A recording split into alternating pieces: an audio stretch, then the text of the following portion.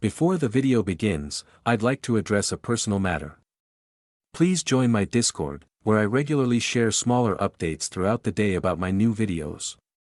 Thank you, and now enjoy the video. This video falls under the fair use law. The following is a fan summary, for entertainment purpose, only, which is not intended to replace the original series. We do not own the anime, manhwa, or any of the artworks, all rights reserved to their respective owners. Please support the official release of this series. This is for people's enjoyment only. This video is not meant to infringe any of the copyrights. The story began above a peaceful and calm, radiant metropolis. One day, out of nowhere, a rift appeared in the sky, tearing through space and time. From this gigantic rift emerged a blue aura that spread across the entire world. The people directly beneath the rift in the metropolis gazed up in fascination and fear, admiring the spectacle. It was a beautiful natural phenomenon that captivated many children and adults alike. Later, people referred to the blue aura as mana. A minority of individuals with a sensitive perception of mana gained a special ability through this natural event. Others called these individuals awakened. After the mana storm subsided, such a natural event did not occur again. The rift, remaining high in the sky, persisted, and over time, people around the world became accustomed to the existence of the awakened. Blue, large, storm-like mana portals appeared everywhere, naturally guarded and secured by the government to protect the well-being of the citizens. However, this situation was not permanent because, after a while, the blue, picturesque portals changed, becoming increasingly red until they collapsed and shattered. The soldiers guarding the portal were astonished and turned around in the midst of such a collapse. From the red portal, only a luminous, sentient entity became visible, revealing itself as a monstrous creature the next moment, once again stunning and frightening the world. This monster resembled a cyclops with two heads. On the left side, it had a body covered in stones and a head with one eye, while the right side of the body was covered in warts and pimples, possessing a troll-like head. These portals were colloquially referred to as gates. The monsters in the portals, as the initial glance suggested, were not friendly towards humans. They looked down on the guards tasked with protecting the portal and swiftly dealt with them. The curious onlookers who wanted to get a closer look at the portal quickly realized their predicament and fled immediately upon the appearance of the monsters to secure their safety.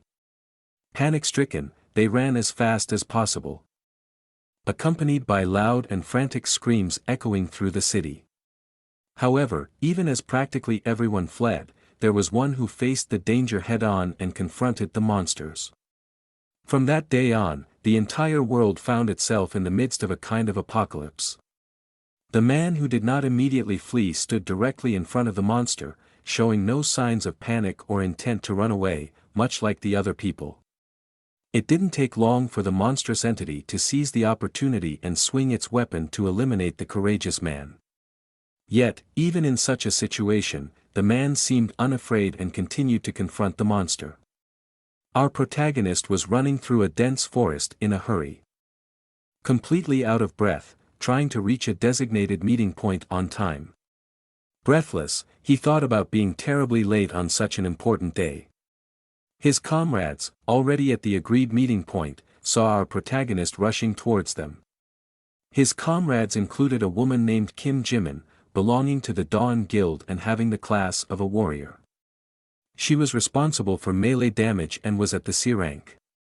Her teammate, Lim Duwon, also at the C rank and a member of the Dawn Guild, belonged to the Garter class and had the main role of taking the most damage. Lim was not particularly pleased that our protagonist, a newcomer on his first day, arrived late, and he made his displeasure evident. On the other hand, Kim reminded him that it was usually him who was always late and tried to calm him down. Our protagonist, who went by the name Shin JoonSeoh, sincerely apologized for his tardiness and took a moment to catch his breath, visibly exhausted. Unlike his two comrades, Shin was not at the C rank but one rank below at the D rank. The class to which he belonged was called Maker, specializing in creating weapons to support his comrades. Lim attempted to mask his frustration and anger over Shin's tardiness, saying that it wasn't a big deal as he was only a few minutes late. Kim also patted Shin on the shoulder, trying to ease his nervousness, and suggested they continue together, talking along the way. Additionally, she explained that the other two members of the group were already inside the cave they were about to enter. However, Shin knew that even though his two group members were trying to cheer him up and alleviate his nervousness, things looked really bad for him. 3 months had passed since he joined their guild, and on his first dungeon raid, he was late. All 3 of them stood before a large, blue, mana-like portal. Shin looked up and examined the portal more closely. He had to take a moment to realize what was now before him. This was his first dungeon raid as a supporter. As Shin continued to gaze into the deep dark blue portal, he realized that he had to prove himself in this raid, to show that he had a certain utility for his comrades and the guild. Inside the dungeon, it was cold, and the walls were covered in icy crystals. One of the other group members, who had been in the dungeon early, asked Shin if this was his first dungeon. It was Moon Doyoon, a B-rank hunter of the assassin class, also a member of the Dawn Guild, tasked with dealing melee damage. Shin, who had just been looking at Moon's face as he asked the question, turned his gaze away in embarrassment and looked ahead on his path. He admitted that Moon's assumption, that this was his first dungeon raid as a supporter, was correct, but also mentioned that he had been in dungeons a few times before to help people. Moon reassured Shin that it wasn't a significant problem and expressed his intention to start with some explanations to show him how things usually unfolded inside such dungeons. He explained to Shin that supporters typically didn't have abilities like other hunters to directly engage in combat, and therefore, they needed to be much more cautious. Moon also explained that there was a chance Shin might get directly involved in a fight if he stood too close to the combat. However, they wouldn't be able to protect him if he kept too much distance from the group. Moon emphasized the importance of maintaining a certain balance in distance. Looking down at Shin, Moon explained that, due to Shin belonging to the Maker class, his task was to create a dagger for him when given the signal. Finally, Moon asked Shin if this task was relatively easy for him. Despite his nervousness, Shin answered with a simple yes as he turned his gaze back to his comrade, Moon.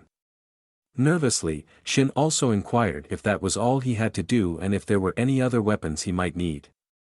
Moon explained to Shin that this was all and that he was the only one who could use a few extra weapons. However, he also tried to reassure Shin, mentioning that this dungeon was relatively simple. Moreover, it was his first dungeon, and he didn't need to overwork himself or stress too much. He should first get used to the atmosphere and the entire process. While Shin and Moon were talking, a loud scream from the front signaled the group to stop. The last member of the group, also a C-rank hunter named Lee Hyun-woo belonging to the mage class, informed the group that he could sense mana, indicating the presence of a nearby monster. The group immediately prepared for battle, with Lim at the front with his shield to protect himself and the group. Behind him were Lee and Kim, also readying themselves for the fight. Moon observed the situation a battlefield further back and simultaneously tried to protect Shin, who was at the end of the group.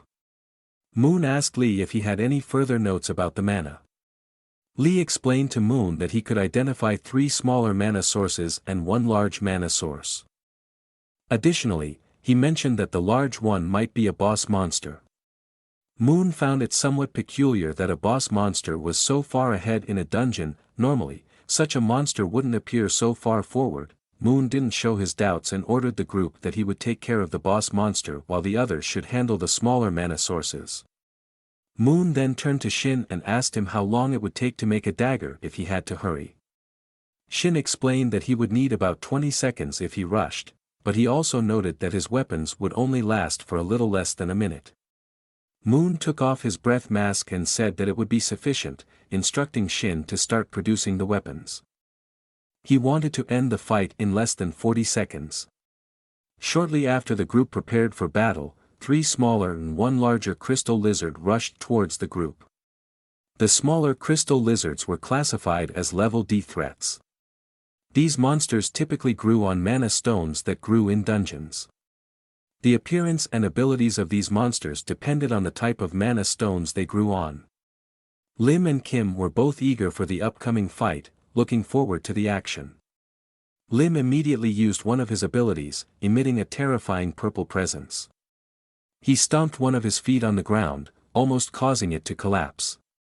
Then he lifted his heavy shield high, only to slam it down on the ground with tremendous force, triggering a massive shockwave. Kim wasn't standing idly by her group members, she also charged forward simultaneously. With her right fist, she struck one of the crystal lizards in the face and then smoothly retreated with a graceful backflip.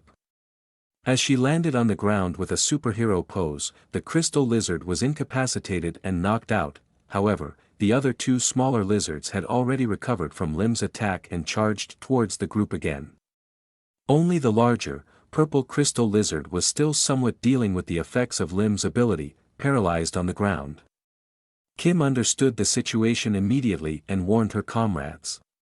She said they should be cautious and that the two smaller lizards were making their way to attack. Lim shielded the group's mage with his massive shield while the mage reached out his hand to cast his magic.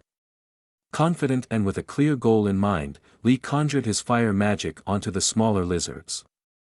As if out of nowhere, many smaller fireballs flew onto the battlefield ahead of him, causing numerous smaller explosions and igniting the two other smaller crystal lizards. Lee and Lim were relatively pleased afterward, feeling they had worked well together as a team and successfully completed their task. They wanted to rush to the aid of the other group members immediately after mastering their assignment. Shin observed the situation and had to admit that this teamwork and task distribution were quite impressive. For the first time, he got a sense of how a guild collaborated and how a battle ideally unfolded. While contemplating this, he was in the process of creating a dagger with his magic for Moon. Moon, looking at the momentarily distracted Shin, asked him how much longer he needed for his weapon. This brought Shin back to his senses, and he created the weapon Moon had requested. Once Shin was back in focus, he also realized that in this battle, there was no time to be distracted. He, like his comrades, had to remain focused. Concentrated, Shin tried to complete the weapon-making process. Shin's ability, making, allowed him to create objects using his mana. The strength and durability of the object depended on the amount of mana the creator possessed. Consequently, Shin's weapons were not the best. When the dagger Moon had requested was ready, Shin threw it directly towards him. Moon simultaneously sprinted forward, adjusting his speed to match Shin's throw, catching the weapon during his forward movement. He enveloped the dagger with a fearsome, demon-like, purple shadow aura to enhance it. Similar to Shin's ability, the strength of this aura depended on the amount and quality of the user's mana. Moon, without hesitation, rushed towards the slightly larger, purple crystal lizard, ready to attack. With a single strike from his dagger, enveloped in his shadow aura, he severed the head of the crystal lizard, defeating it, and the head fell to the ground. The weapon, covered in the fearsome purple shadow aura, then disappeared from Moon's hands. Now that the battle was over, the group regrouped, and Lim asked his comrades if any of them had been injured during the fight. However, Kim mentioned that everyone seemed to be well and uninjured. Shin, still impressed by the situation he found himself in a few minutes ago, had to admit that each of his comrades was truly incredible and that the guild was better than he initially thought. He looked at his group and also had to acknowledge that their teamwork seemed flawless. He believed that the guild could be among the top guilds and would surely garner a lot of attention and praise if they continued like this. Shin looked down at his hand and knew that, compared to his groupmates, he wasn't much of a help. He had let himself get distracted in the midst of the battle, and he was only capable of creating a single dagger, which took 20 seconds to become usable. He felt inadequate to work in a great group. Just as he was pondering this, he heard Moon telling him that he did a good job and praised him. Moon also asked Shin if he was hurt. Shin thanked Moon but expressed his embarrassment, feeling that he hadn't been much help. Moon asked Shin what he was talking about and explained that, due to his ability, he saved a lot of money. He clarified that because his ability made weapons disappear when covered in a shadow aura, he would have to keep buying new weapons and would go broke even if he bought the cheapest weapon. Therefore, Moon didn't need anyone in his group with the maker ability. He further explained to Shin that the strength of the weapon he made didn't matter, what was essential for him was that the weapon had a bit of mana to activate his ability. Moon congratulated Shin again with a smile for the outstanding job he did on his first dungeon raid.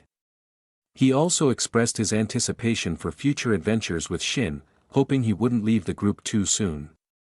Shin, pleased with the gratitude from his group member, smiled as well and said that he would do his best in the future. Lim couldn't wait any longer and asked if they could finally pick up the loot they obtained and move on. Just as Lim spoke, the ground trembled, along with the entire dungeon. Panic reflected in the eyes of the group members. Lee asked his friends if it could be that the dungeon was already collapsing since they defeated the boss. However, Shin recognized that it must be something else, pointing his finger forward and directing the attention of his group members to a collapsing wall. The group quickly calmed down, and Lee conjured some light with his magic and staff so that everyone could see. He turned to the others and said that the newly opened path must be a secret passage connecting two locations. Moon pondered briefly about what this could mean and if it might be a secret path.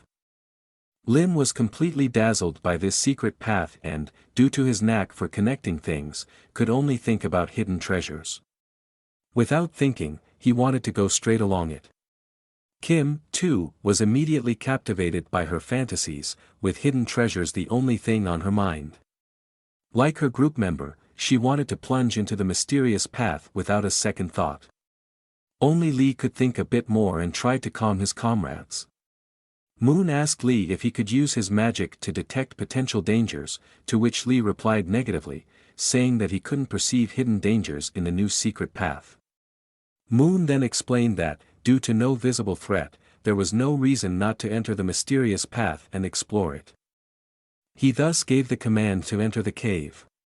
Even Lee had to yield to the guild master's will, sighed, and said that they would continue exploring the cave together. Moon turned to Shin and gave him the order to proceed into the cave with him. The group, led by Kim, Lee, and Lim, carelessly continued their way into the cave. Suddenly, a massive crystal skull appeared, roaring as it tried to chase Shin. Panicked, Shin ran as fast as he could away from the crystalline iron golem, wondering what in the world was happening. With panic in his eyes, he kept running without looking back even once. He thought about why everyone except him was dead. Lim and Kim were pierced by the cave's crystals. And Lee and Moon were completely incapacitated, defeated by the crystal iron golem. Shin couldn't comprehend why such a monster would be in a D-rank dungeon and that he had never heard of a monster that couldn't be located with magic. During his life-or-death sprint, Shin reflexively glanced back and realized that the monster had caught up with him, preparing to strike with its right hand. Shin was sent flying across the cave, taking a direct hit from the massive crystal iron golem. He landed forcefully on the cave floor, dealing with serious injuries. Even though his current situation seemed hopeless, he tried to get up and continue running for his life. However, the slow and terrifying crystal iron golem wasted no time and charged after Shin's body. Refusing to give up without a fight, Shin, in a panic, attempted to create a weapon to defend himself despite his injuries. Against the odds, he managed to craft a dagger. Holding it in his hand, he gained some momentum and threw the dagger in panic towards the crystal iron golem. However, the golem effortlessly deflected the attack as if nothing had happened. After Shin's desperate attack, the golem prepared for a second strike, swinging its right fist with tremendous force. The impact created a massive explosion and a large hole in the floor of the crystal cave, into which Shin fell. In the midst of this hole was a kind of lake, and Shin descended into the water. Due to his injuries, he could barely move and sank deeper into the water. Slowly, his eyes closed, and he wondered if this was the end of his life. He thought about being just a D-rank supporter without even the most basic skills like healing. He also reflected on finding a guild that truly needed him, only to panic and run away at the first sign of danger. In self-pity and self-hatred, Shin believed someone else would have been a greater help than himself. Shin's strength waned, and he closed his eyes, wishing he had never become an awakened hunter and had never chased such a dream. Just as he thought this, a system window opened beside his body, informing him that he had discovered a special spring, with the exact details censored. Another system window then informed Shin that he had now fulfilled all the conditions to become a player. Suddenly, full of energy, Shin opened his eyes. Bright lights surrounded him, and he felt rejuvenated. Overwhelmed by the magic and energy, he opened his mouth, releasing a few bubbles. Once again, a system window appeared, welcoming Shin JoonSeoh-Nim as a player.